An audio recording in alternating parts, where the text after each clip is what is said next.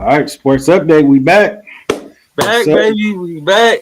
Yes, sir. Got my guy Adrian in the building, man. Adrian was good. They're good, man. Another summer. I know we like the summer. It's hot, man, but I'm ready for football, man. I'm ready for basketball, college football, man. I'm ready, man. We need it. Yeah, for sure. We full steam ahead to everything. But I did want to lead out with these Tigers, though. Tigers, they playing tonight, currently down to the Twins today. 66-48. They're first in the AL Central right now, 8 games behind the Guardians. They did make some moves at the trade deadline. They brought some arms in. Paddock, who's on the mound tonight, Morton, Finnegan, and Seward. So you like what this team did at the trade deadline? And what do you think this Tigers team ceiling is?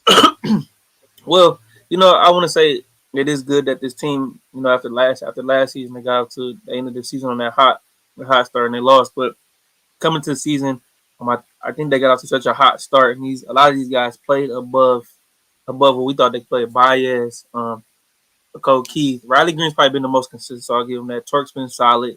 Torres, I think, has been the best hitter on this team, in my opinion. But this bullpen's been a failure. I don't really like what they did. I think it's just adding guys. It's not giving guys when you punch. Right now, you're sitting at first, especially in the AL. I don't think the AL is as strong as it's normally been. You could have went and got a Suarez or got a LeBron Hayes from Pittsburgh. You could have got another bat. We've talked about this. We need another bat to go along with this lineup, especially left-handed bat, because we've just been bad, and some of these guys are going back down to where they were at before, and just I don't understand what it is when it comes to our four major sports in this town. These owners and these GMs never want to be aggressive. If you got a window to go for it to win a championship or be in contention, go for it. Just always want to play it safe. I get not wanting to be irrelevant, because we talked about Tigers were bad for so long, and we got the same situation with the Wings right now. The Pistons, I kind of think have a little more time, but even with the Lions, they just don't want to be aggressive. Just stay with our guys. Just trust the process. You gotta go for it, Raaj. You have to, man. And I think they're gonna fall. They're gonna fall short, man. I think they could still get to the ALCS, but I don't see them getting to the World Series. Just too much inconsistency right now. And even coming in today, like I said, the bats are cool down. Riley Green, let me pull this stat up real quick. He's not even playing today. He is 21 for 111 since July 2nd. That is a whopping 189. So yeah, guys are cooling down, man, and I think it's starting to catch up with them. Luckily, the division's so bad, so I don't think that the Twins, the Royals, they're gonna catch up to our White Sox are, I think, the second worst team in the major league. So Tigers are not taking advantage of this opportunity that they should have done. Do you think the Guardians catch them with that 8 games, or are you confident the Tigers are gonna win the Central? Yeah, I mean 8 games back. Let's see, there are 8 games. Yeah, I don't see Cleveland catching them. I don't see them catching them. Okay, so all in all, what grade would you give the Tigers for what they did at the deadline? They brought some arms in, but like you said, like not really a lot of needle moving guys. Just more so just brought in arms, just guys. It seems like. I'm gonna give them a C+. Okay. Yeah, Paddock on the mound tonight against Minnesota, not having the greatest outing. Morton looked good on Sunday Night Baseball against the Phillies. I think he pitched like 6 strong innings, but is he consistently going to give you that? I don't know. It just sucks that the team had the injury bug that it did with Job out for the season. Olsen, the Alex Cobb thing was a complete disaster. You got rid of Kenta Maeda. It's just Casey Mize. He's so, you never know what you're gonna get with Casey Mize. He's so up and down. So yeah, I don't see this team honestly going any further than what they pushed it last year. Last year they got to what, the ALDS. Yep. And then I'm looking at the AL, I mean, they are tied with the Blue Jays right now for the best record in AL, and the Blue Jays just came out recently and trying to put a smacking on the Tigers.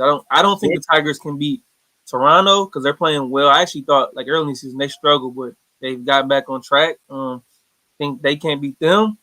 They're not beating Houston. I think Houston is like the weakness. I don't even think they can beat Seattle. Seattle's pitching is way better.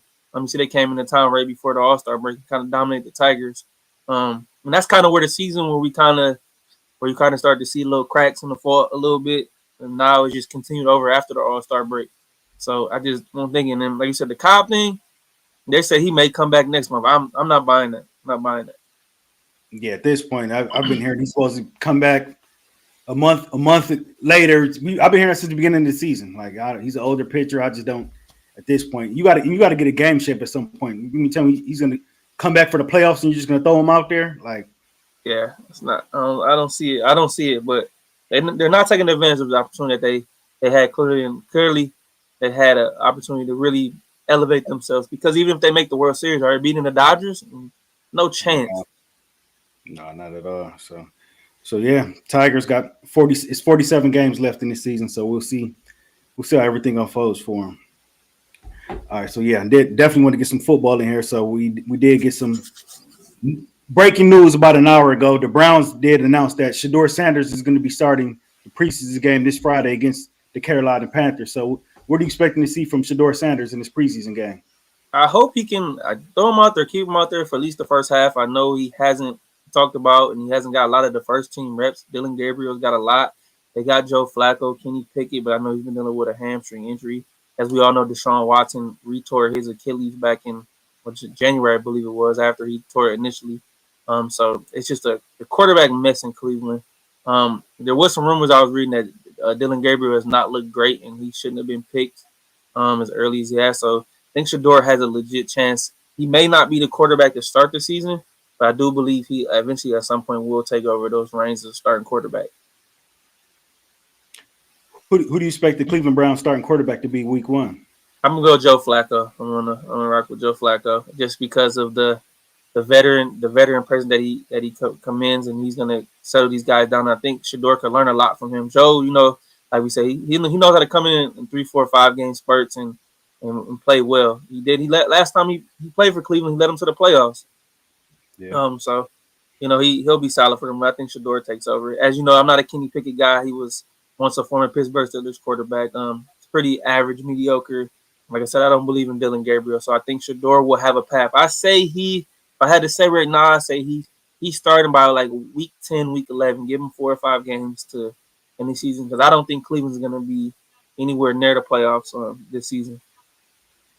Yeah, it seems like everything's pointing to Flacco starting week one. They're not going to go with Gabriel, the rookie. Kenny Pickett, these injuries definitely not helping him if you're trying to fight for the quarterback battle. It seems like it's going to be Joe Flacco. But we all know the Browns aren't going to be good this year, and Joe Flacco is going to be the scapegoat. He's going to be the sacrificial lamb. He's going to start the season. Everything's going to go bad. They're going to bench him, cut him, do whatever they're going to do. And, yeah, we could all see it unfolded right before our eyes. So, yeah.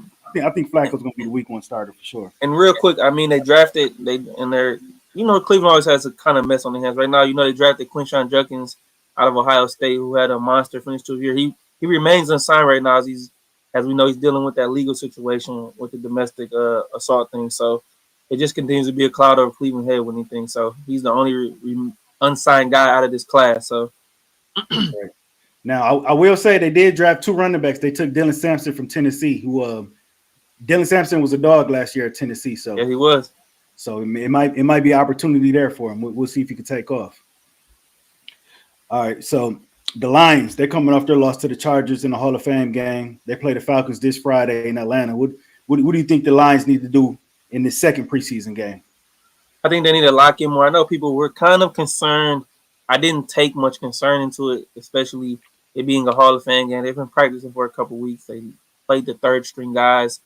Just wasn't sharp. I think the main thing I need to see from them is a little more sharpness and a little more attention to detail. But let's remember they're bringing in 2 new coordinators: the offensive coordinator Johnny Morton, and Raaj always messes me up because the Lions had a former receiver named Johnny Morton, so it always makes me laugh. But then you brought Calvin Pritchard in, he's on the staff already, but these are 2 new guys with 2 different personalities, so you gotta let them kind of figure their thing out. Just give it a little time. I wouldn't hit the panic button unless it looks like this in third preseason game. So I'm gonna be a little even. I just need to see a little more sharpness. I know Hendon Hooker's supposed to start. I don't know who else is gonna play. I don't expect them to play pretty much any of their starters. So I just need to see. I just think we need to see. Biggest takeaway is that can Hendon Hooker be just okay? Because if not, we have a problem. You drafted him with a 3rd round pick, and you're worried that he can't even be your backup quarterback for Jared Goff. Because if Jared Goff gets hurt, this team is cooked. Yeah, that's big thing right there. Hendon Hooker, I'm assuming they're probably going to play him the whole first half. I'm not sure. I'm just Yeah, they assuming, said but Kyle in second half, I believe. okay, that first half he needs to come out and look the part. Mhm. Running, throwing, everything. It got to look better. I'm not gonna, like you said, I'm not gonna put too much into the first Hall of Fame game. Like I said, you only been practicing a couple weeks. I'm not gonna overreact, but by the time these next preseason games get to rolling around, he needs to start playing better. He needs to look the part because this is year what 3 for Hooker. Yep. So yeah, this is pretty much a make or break year. You got to go take that QB2 spot. You got to be the guy behind Goff, and you got to go out there win it. And yeah, this game right here, you got to look the part. You got to look the part for sure. And also too, I want to see somebody. We know Hutch is a stud. Who on the other side of Hutch is gonna step up? Ozarika is out for the season. I know Pascal's dealing with an injury right now, so there's some opportunity right now on the defensive line for other guys to step up. So we'll see who steps up and shows something. I don't know what it is when it comes to this team and edge rushers. They just don't believe in having an edge rusher. Just they think just throw a regular average guy out there and they can produce. I know Aiden. The town loves Aiden, and I'm gonna say this, and I love him because he's a Michigan guy. But you cannot expect him to just come right out the gate hot because he's coming off a serious leg injury. It's gonna take him a little time to kind of get back into his form and find his groove. Are you really trusting Josh Pascal and Marcus Davenport, who's played 6 games the last 2 years? Are you kidding me? You should might as well take a flyer and re-sign Zadarius Smith. What do you have to lose? And I'm hoping that maybe a guy, a veteran guy, like a good guy that every year happens. Some guy gets cut. It's a surprise to everybody. So maybe one of those guys are out there in line sign them. But with what they have at the edge, it's not good enough. And then you're relying on Tyleek Williams, a D lineman, a rookie, to have huge impact. I mean, putting a lot of pressure on this team, man. Yeah, I feel like this Lions team, it's a lot of question marks going into this season. The previous season, you brought everybody back, your coordinators, all their players. This season seems like it's the opposite. It's more of going into the unknown. So the Lions, Vegas has the Lions win total this season at 10.5 as the over under. Would you like the over the under or 10 and a I'm half going wins for the Lions? I'm going right at 11. I think they could win 12 if things fall right, but the schedule's a lot tougher. But I'm going to go 11, so I say they go right over because I think the offense, even though they have a different coordinator, you still have the same players. I think they can figure it out. They'll have to have games where they might have to carry this defense. And I don't know if you heard, but Enos Rakestraw, the second round pick from 2 years ago, is hurt again. Um, Dan Campbell said he doesn't see him being available for a while. So I believe it was some kind of shoulder injury, but it's not good for him. He pretty much didn't play last year with the ankle injury. Now he's out with another unspecified injury. So it's just not looking good with these draft picks Brad has had over the last couple years. Yeah, I'm going with the under. I'm going with 10 wins for the Lions. There, they got a real tough schedule. You got to go to Bmore. They play Cincinnati at Philly, the Commanders. They got a tough schedule, man. They got a tough schedule. I'm gonna go with the under. It's like you said, going into the season, it's just a lot of holes, a lot of unknown. You're gonna be Yeah, playing the top teams in the NFL. The defense outside of Hutch on that D line, you're going up against Jalen Hurts, Lamar Jacksons, the Joe Burrows. You got to go to Arrowhead, play Mahomes. I don't know. It's just I, a lot of question marks going into the season. So I'm gonna take the under. I think they take a step back. I still think they get to the playoffs. 10 wins to get them in, but they're taking a step back in my opinion for sure. I like the roster. I just, like I said, once again, it's this philosophy where we just think we can just follow the process and we don't have to be aggressive and make moves and do all these kind of things. This is, like I said, the Super Bowl window for them is now. In the NFL, that closes really fast. So you have to take advantage of that.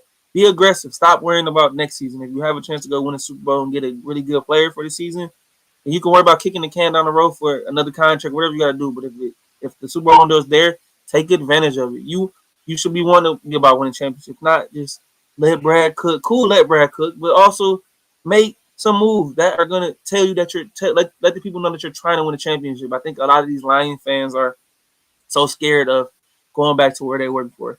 For that era when we were kids growing up, they were so bad. I don't think that's ever going to happen again, but don't be scared to be great, man. You got to take chances, and that requires making some moves in order to be great. There's holes on every roster, but you got to fill the right ones. Um, Even I know they've been talking about the Micah Parsons. I don't think the Lions trade for Parsons, but that's just something just out there. Some team may be aggressive and try to do it because they want to win. So just one of those things. You got to be smart, but also don't be just naive. And I think a lot of Lions fans and Brad, they just believe everything that the organization says. Sometimes you got to call them out, man. For sure. So yeah, everything unwinding for these Lions. I got some more. I got some over unders for the Lions players. We'll get into that. So your Steelers, they play the Jags this Saturday at 7. So what are you looking to see from your Steelers in this first preseason game? I got to see who's playing first. They haven't really announced anybody. I don't think Aaron Rodgers plays. He don't think he Yeah, really needs. I doubt it. He doesn't play. I want to see if Caleb Johnson plays. The rookie running back we drafted out of Iowa. I want to see if Broderick Jones plays. Troy Fatanu because he didn't play last year, a first round pick. Need to see more from Broderick Jones. I'm liking what I'm seeing from the secondary. So I don't think none of them guys play. But what I've been seeing in practice and camp, I was a little low on them coming into the season. I said 9 wins. I'm gonna go ahead and change it. I'm even add that on my YouTube channel, but I'm gonna go ahead and give them 10 wins. I'm gonna feel a little more confident in what I'm seeing from him. Roman Wilson's look good in practice, but that's the thing to see. I really like this Jalen Ramsey signing. He's added some extra flair to this defense, especially that secondary. I know we lost Minka. I think they're gonna be able to use Jalen Ramsey better. I think Joey Porter Jr. has a breakout year. Tight ends got to be better. I believe they will. Darnell Washington, they said he's bigger than Broderick Jones. 6'7", 6'8". Pat Fryman will do his thing. I'm feeling a little more optimistic than I was before training camp started. I know it's training camp, but I do say this team will be a better. And it's Mike Tomlin we're talking about here too. They're gonna be competitive. They're gonna be in games. And like I said, I'm feeling good. I think we're gonna win 10 games this year. I didn't see just some of these younger guys coming out there and playing and just doing their thing. So I think they'll be ready to go. Yeah, I got the Steelers at 9 wins this season, 9-8, game above 500. I mean, you got Aaron Rodgers, you got DK Metcalf, you got Mike Tomlin. You should have a formidable defense. I don't think it's gonna be one of the top defenses, but it should be formidable. Like the Steelers should be in the mix. I don't think they're gonna be one of the best teams in the AFC, but they'll be in the mix, and that division is gonna be tough because I think since he's gonna be a problem this year, and B-Moore's gonna be right there, Lamar and Derrick Henry. That division is gonna be tough, but they should compete. They should be in the mix, though. For sure. Realistically, I will tell Reed next week too when he gets back on. But my goal will make me happy, and I feel like it's a successful season for this team, is to make the playoffs and win a playoff game. And I will be happy just so we can stop talking about Mike Tomlin not being able to win playoff games. And by the way, they still have 12 or 13 draft picks for next season. So I do believe we will trade up for one of those elite quarterbacks in the draft next season, whatever it takes. Okay. That preseason game, I mean, hey, maybe see what Will Howard got. See what he actually just hurt his hand today in practice. They said between a handoff, so I'm not sure what the extent is. He's got to get some X-rays, so hopefully it's nothing serious. Oh, so he might not even play Saturday. Not even sure. I like him. I know a lot of Steeler fans have been trying to like gas the bus up and say he's the next superstar, star quarterback. I'm not buying it. I'm not buying that one bit. I have to see it. So yeah, this would have been a good opportunity right here to showcase what he does got. But yeah, if he got hurt, he's dinged up, then yeah, we're just gonna have to wait it out. All right, so I got some over unders here. Got about 5 over unders here. All right, so let me know. So Detroit Lions rookie wide receiver Isaac Tesla, 600 receiving yards. You like the over the under on that? I got to take the under on that. J-Mo's about to have a breakout year. Okay. 600 receiving yards. Let me see. Yeah, I got to go under. You got Laporta too, and Gibbs out the backfield. Yeah, Laporta, Gibbs, St. Brown. Tim Patrick. Tim Patrick's still on the roster? Yeah. Oh, okay. So Tesla's probably pretty much be what, the fourth receiver? He'll probably be a lot of special teams, and they'll mix them in. They'll mix them in here and there. That we still got Khalif Raymond, right? I would assume so. I believe so. So he's got a lot of guys. I think he'll get some snaps though. I just don't think it'll be enough. Okay. Yeah, we're both going to under on that. All right. 12 sacks for Aiden Hutchinson this season. You like the over or the under?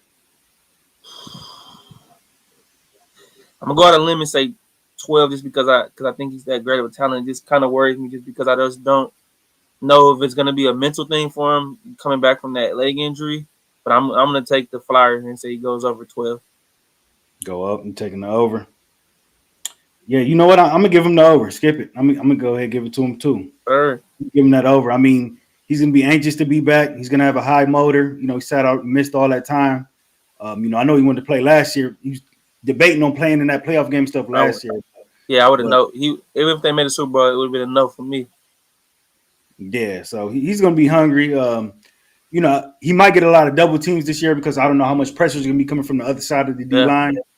So, but Hutch is a stud, man. I think he can get 12 sacks.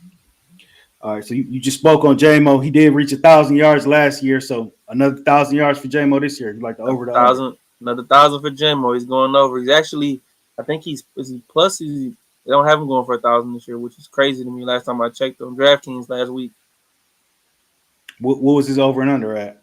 I think he was under 1,000. Was plus over 1,000 was like plus 125 or something like that. Okay, I mean, yeah, J-Mo has to have a good year this year. You know, he's that rookie contract's coming to an end. If he wants that second contract, you know, he got to ball out this year. I mean, he had a good year last year. All he has to do is redo what he did last year, and I got no problem with them giving J-Mo that second contract. I'm adding a 3-leg parlay right now for everybody who wants to know. J-Mo, Mike Evans, Devontae Adams, all over 1,000. Okay, Devontae Adams, that's an interesting one right there. That's interesting. I mean, he should clown out there with Stafford in them boys though, man. Stafford gonna get him the ball. Like I think the Rams finished with a better record in the NFC than the Lions. I think they finished with a better record. I can see that. I can definitely see that. Yeah, I still feel like Philly's the team to beat though. Philly's still the team to beat. The Philly. I'm taking a step back on Washington. I just think they got too much noise going on right now. The defense is a little light. I see Seattle's going to be really good. I think even with I know they have Sam Darnold, but that defense they got is going to be elite. I think. Yeah, Seattle's just you in a tough division, man. With the Rams and the Niners, it's going to be. The Niners will be better. They'll be back this year. They'll be better. They'll be better defensively. They got a solid back.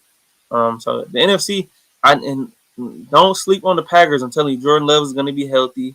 They got a well-rounded team, like everywhere, every side of the ball, every position. So I think they're going to I actually think they're going to win the division. But you got Green Bay winning the division. Yeah, just the early. I know we'll be back to talk about it in a couple weeks, but early pick is Green Bay. My brother's a Vikings fan, so it makes it even funnier. But they'll still be good. But Jordan Addison's facing that 3-game. He got that 3-game suspension to start the season.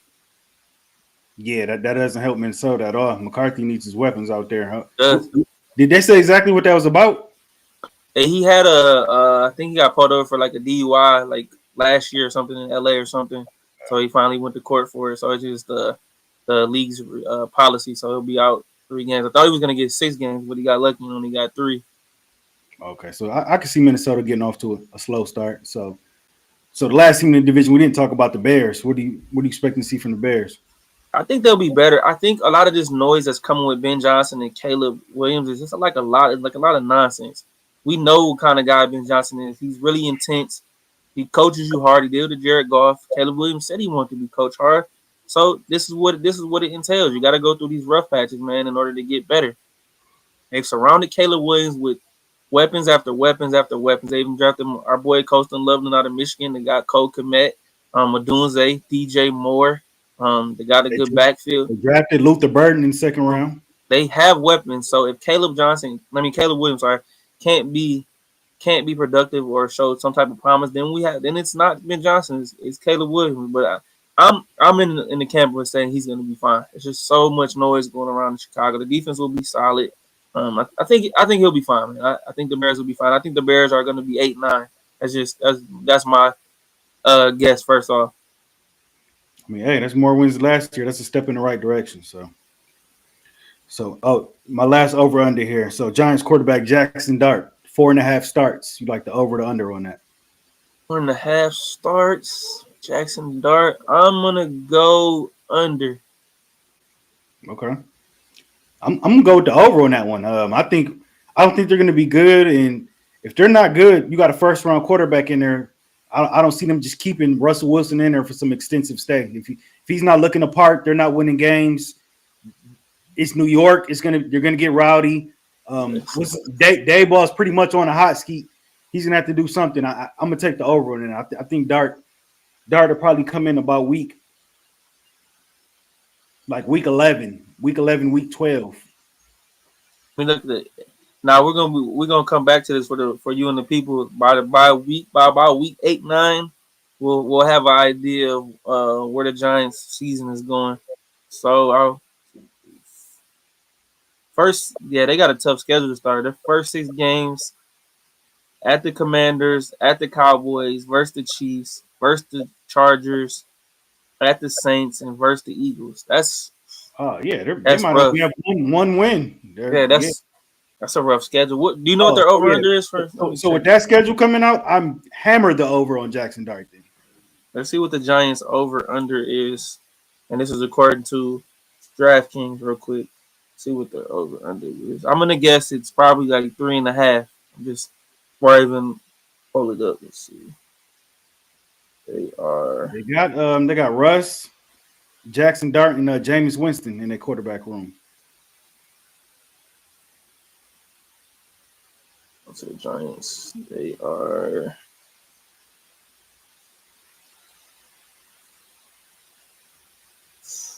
Uh, they are. Let's see. Let's see if you can get plus. So basically, you gonna get. Oh, they're projected around 4 or 5 because once you hit the 5.5, they're plus 100. Over 4.5 is minus 170. So Vegas only thinks they're winning four games. Yeah, they're not making that division. The Cowboys will be better. The Commanders, the Eagles, they got to play all those teams twice. Plus, they're out of Ooh, conference. The Chiefs and the Chargers, and yeah, I just don't. that's They're not rough. they're not winning a whole lot of games. They'll probably have a top 3 draft pick next season for sure. That is rough. That schedule. I didn't realize how tough that schedule was to open up. Yeah, Lions play them. That should be one of the Lions block wins They for sure. should they should win that game. Yeah, hey, hopefully Dart's playing by the time the Lions play him. They get the rookie quarterback and go eat him up. Yeah, see, they have J-Mo's receiving yards at uh 875.5.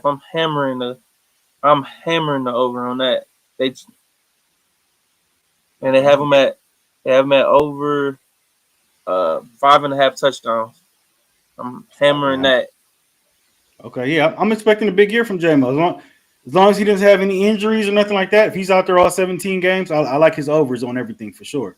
And they have him at for him to have 1,000 yards in the regular season is plus 175. So they don't think he's gonna get 1,000. So I'm hammering that. Okay. Yeah, we're expecting big things from JMO this year for sure. All right, so let's switch over to some college football. So the preseason top 25 poll was released. So Or if you don't necessarily got to give us the whole top 25. Give us the college football top 10 right. top 10. This is the coaches poll that just dropped yesterday. At 1, you have Texas. At 2, you have Ohio State. 3, you have Penn State. 4, you have Georgia. 5 is Notre Dame. 6 is Clemson. 7 is Oregon. 8 is Alabama. 9 is LSU. 10 is Miami. And then Michigan is at 14. Just for all the Michigan fans, throughout the world. So my biggest gripe with this is I think Penn State should be 2. We're going off what's on the paper factor. Penn State is trying to do what Ohio State did this past season and what Michigan did in 23, which is bring back most of their roster and try to go for that national championship, which is the case. But I think it's a James Franklin factor because teams don't have faith in James Franklin. A lot of people call him the most overrated coach, and he hasn't had a win game. He hasn't proved that, but I just think with the roster that they have to bring him back, it's on paper that shows that they have a lot of talent. Ohio State lost 14 guys to the NFL, I believe. So they lose a lot. I know, and they have an unproven quarterback. He could be good. You never know. Most likely he will be, but he's unproven. So you can't just automatically say they're the number 2 team in the country. Also, I think Clemson should be in the top 5 easily. Even I could argue 4. They brought back the quarterback Klubnik. Got back all the receivers. Defense will be loaded. They'll probably have 5 or 6 guys who will be potentially first-round picks in the NFL draft this year. And then my biggest gripe, I think Illinois at 12 is a little overrated. They don't have any receivers they're bringing back, but they'll be good. They'll be good defensively. and Tennessee. It's been kind of a mess there in Knoxville with the Nico thing, him leaving. They got Joey Aguilar from via UCLA, but he was at App State last season. So just a couple of my quick thoughts on that. I think LSU should be a little higher. They bring back Nussmeier, who one of the best college football quarterbacks, and he loaded offensively. And there's a lot of pressure on Brian Kelly to deliver. And by the way, LSU travels to Clemson in week 1 for a monster game. Mm. Oh, that's a big one right there. Yes, sir. I know week 1, Texas goes to Ohio State too, right? They do, yep. So Sure.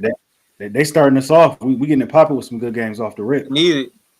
Yeah. I'm glad they put those games together. And even for the teams that lose, it's better to lose early in the season like that. And then especially if one of those teams that have been like a top 3, top 5 teams, better to lose early than late. So They just these I like when these teams play like big games early. It gives us something to really look forward to. But some of these teams drive me nuts when they're playing Long Island and and Fresno State. No shade to none of those schools or Louisiana Lafayette. Like you're penciling an automatic win. Come on, just take a challenge on the chin right away instead of being scared to play. It drives me nuts, man. yeah. So let's close it out with Adrian's top 5 players to watch in college football for this upcoming season. Okay, let's do it. And it pains me to say these first two guys because I know this is my rival. But at number 1, I think this is very obvious, as we all know. Jeremiah Smith, wide receiver, Ohio State University. He could have easily went pro and been the number 1 pick possibly this past season in the draft. He's going to continue to dominate college football. 78 catches for 1,313, 15, and 15 touchdowns. He had the game-sealing catch on 4th down in that national championship game where Will Howard threw him a dot.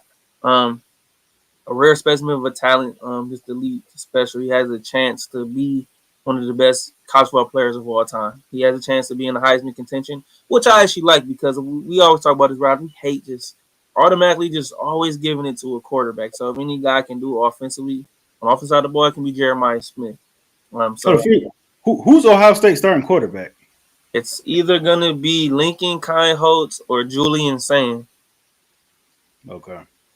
and he's a redshirt. He transferred to Ohio State after Nick Saban left because he was at Bama. And they got a 5-star guy who was like rated right behind Bryce. His name's Tavian St. Clair, but I don't think he plays. I don't think he plays this year. But that's at number 1. I don't think we can argue that. At number 2, another Ohio State guy, Caleb Downs, safety from Ohio State University. He's a stud, man. Can I say he has a chance to be a top 5 pick in next year's draft? He might be the best player overall in the draft. 81 tackles, 48 solos, 2 interceptions, 6 picks. He had one against my Wolverines. He was a stud his freshman year at Alabama. Nothing more I can say, man. This guy's legit. He's all over the football field and just makes plays. That is the modern days. If you want a safety who's elite, you gotta be in his mode and how they fit. At 3, I'm going with Jeremiah Love, running back out of Notre Dame. This guy's electric. As you can see, he had that 99-yard touchdown in the playoff game against Indiana. He had 11-25 and 17 touchdowns on 163 carries. But he got hurt towards the back end of that season, especially against Penn State. He had that big knee brace on, so he wasn't kind of himself, and even in that championship game against Ohio State. But I think he's in for a monster year, and he's going to be, in my opinion, the number 1 back picked in the draft next season. And at number 4, my first quarterback, I had to throw a quarterback on there, and a lot of people are going to say K Klubnik. No, I'm going with Garrett Nussmeier, quarterback from LSU. He one of the rare guys who waited his time and paid his dues. Finally got his opportunity last year, and I think he played well. Kind of took him a minute to get his groove, but he threw for 4,052 yards, 29 touchdowns. Threw 12 interceptions. Got to work on that. But they have some elite receivers coming in for LSU. Nick Anderson, a true deep threat they got coming in. Aaron Anderson, they got some speed on the perimeter. I'm telling you, wait and see. K Durham, a running back, he catch the ball out the backfield. He's gonna have a monster and put monster numbers up. I don't know his NFL trajectory yet. He's kind of on the smaller side, like maybe no taller than 6'1", but this is college we're talking about, so I think he's in for a big year.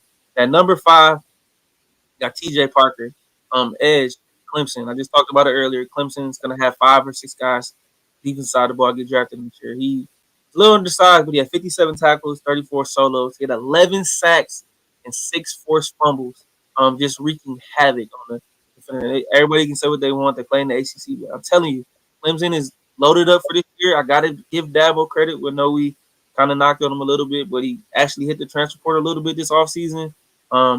Got these guys out of high school and they're ready to go. And I think they can legit win a national championship, and it would not shock me whatsoever. I agree 100%. Clemson is going to be real dangerous this season for sure. Where were they ranked at in the top 25 poll? They were 6, I believe. 6? They worked at 6. Yes, I think they should have been in the top 4 ahead of Georgia and Notre Dame. Yeah, absolutely. Clemson's going to be a problem this year. And then I haven't seen their schedule, but I'm pretty sure in the ACC it's not nothing. It's not a gauntlet. I doubt it. Well, yeah, I can pull it up real quick before we get out here. It's not crazy. Yeah, I think Clemson, Penn State, and Texas are all going to be a problem this year for sure.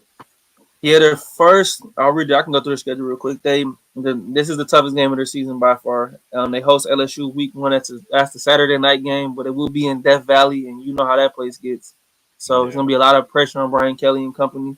And right now they are a 3.5-point favorite going to that game. Host Troy at Georgia Tech, host Syracuse at North Carolina, at Boston College, host SMU, at host Duke, host Florida State, at Louisville, versus Furman, and then at South Carolina, which is always a toss-up because it's a rival. And South Carolina's kind of dominated in the last couple of years. So I mean, the only really tricky games I heard was the South Carolina and the LSU. Other than that, they could easily run the table. The sneaky game I'm looking at is this North Carolina game because I'm really interested to see what Bill Belichick and Tar Heels are going to look like. That's sleeping.